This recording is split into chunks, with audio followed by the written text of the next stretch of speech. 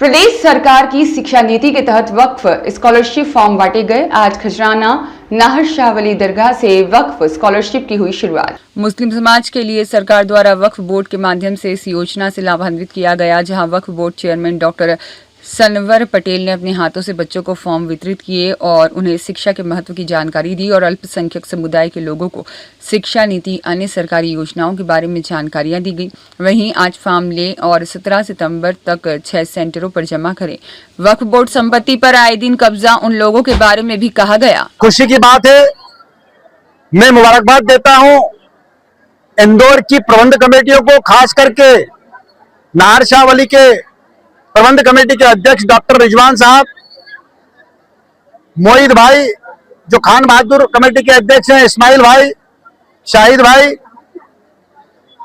और रेहान भाई जो जिले के अध्यक्ष हैं, इनके नेतृत्व में सब प्रबंध कमेटियों ने मिलकर जो वाकिफ की मंशा होती है, वाकिफ की मंशा है कि हम अपने जो जरूरतमंद बेटे बेटी हैं उनके काम आए।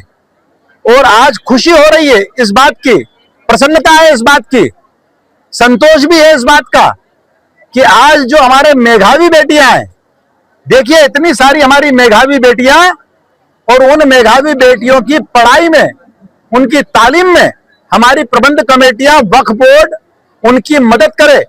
मुझे लगता है कि इससे नेक काम कोई हो नहीं सकता। यह नेक काम हमारे इन भाइयों ने हाथ में लिया है, मध्य प्रदेश वक्फ बोर्ड ने हाथ में लिया है। मैं इन सब के लिए बहुत सारी दुआएं करता हूं। और ये जो बेटियां इतनी सारी आई है, भाई जरा आप हट जाओ, इनको बेटियों को आगे आन दो, हटो, आप पीछे हटिए, आप पीछे हट जाओ, पीछे हटिए ना, आप क्या दिक्कत है, हटो पीछे। ये इतनी सारी बेटियां आई हैं, इन बेटियों का जो उज्जवल भविष्य हो, इनकी पढ़ाई में हम काम आ सके। और मध्य प्रदेश वक्फ बोर्ड की जो योजना है, शिक्षा नीति, पढ़ो पढ़ाओ, मुल्क की तरक्की में भागीदार बनो, अर्थात राष्ट्र निर्माण में भागीदार बनो, तो ये बेटियां बहुत अच्छी पढ़ाई करें।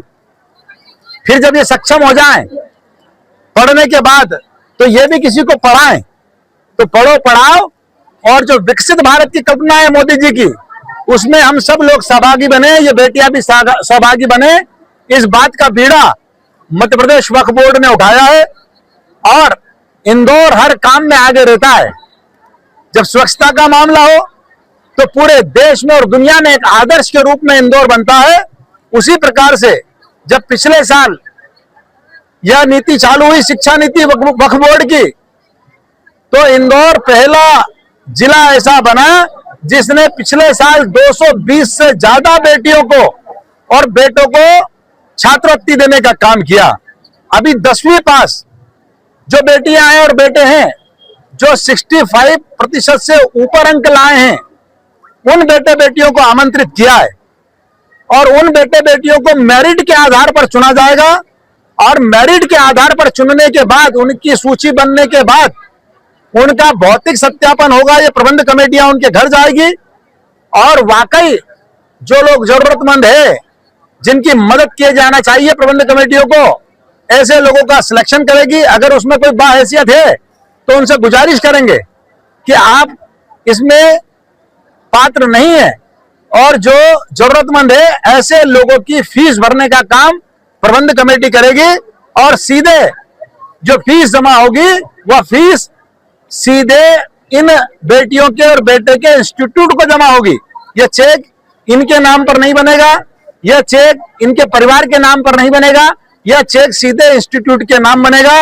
इस तरीके से पूरी पारदर्शिता के साथ मध्य प्रदेश वक्फ बोर्ड ने अपने अंतर्गत आने वाली प्रबंध कमेटियों से पिछले साल 1102 बेटे बेटियों के सहयोग करके और उनको ड्रॉप आउट होने से बचाया है।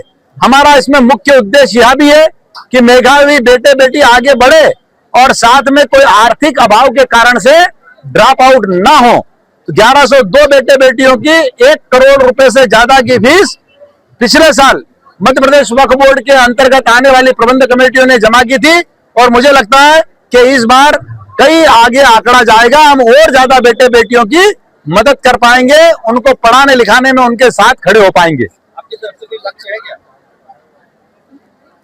देखिए, जो प्रबंध कमेटियां हैं वो बहुत नेक नियत से काम कर रही है, बहुत पवित्र भाव से काम कर रही है।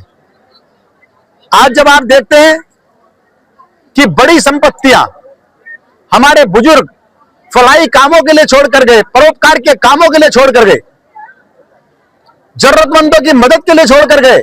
और आज जब हम नजर डालते हैं तो चंद असामाजिक तत्वों ने, चंद गुंडों ने, चंद भेड़िए की खाल में जो शेर बनने की कोशिश करते हैं, या शेर की खाल में जो भेड़िए बने हुए उन लोगों ने उन संपत्तियों पर डाका डालकर बैठ गए।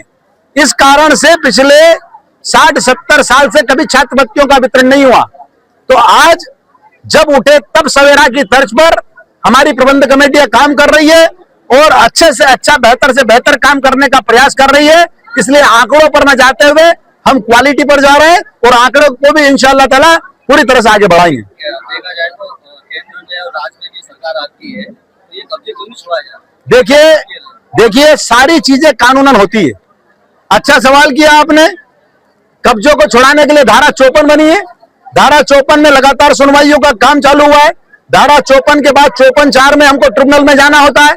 54(4) में हम ट्रिब्यूनल के पास जा रहे हैं और 54(4) में जब ट्रिब्यूनल फैसला करती है तो 55 के तहत प्रशासनिक अधिकारी उस पर से कब्जा हटाने का प्रयास करते हैं, कब्जा हटाने का काम करते हैं। और आप सब लोगों को जानकारी में होगा कि इंदौर में ऐसे बड़े बड़े कब्जे, जो आप समाचार पत्रों को मैं धन्यवाद देता हूं कि आपने अपने अनुसार उनकी कीमतें 100-100 करोड़ रुपए बताई है। ऐसा कब्जा हटाने का काम भी मध्य प्रदेश की सरकार ने किया है। डॉक्टर मोहन यादव जी के नेतृत्व में जो मजबूत सरकार मध्य प्रदेश में काम कर रही है, जो कानून के तहत काम कर रही है, उन्होंने पूरी तरह से इस काम को करने का काम किया है और आगे भी हम इस काम को करेंगे। मामला उठा था, उसका क्या अभी तक निकाला? हाँ, कंपाउंड को लेके एक मामला उठाया। आप बताइएगा हमको, है ना? जब बताएंगे तो बताएंगे। एक और सवाल है।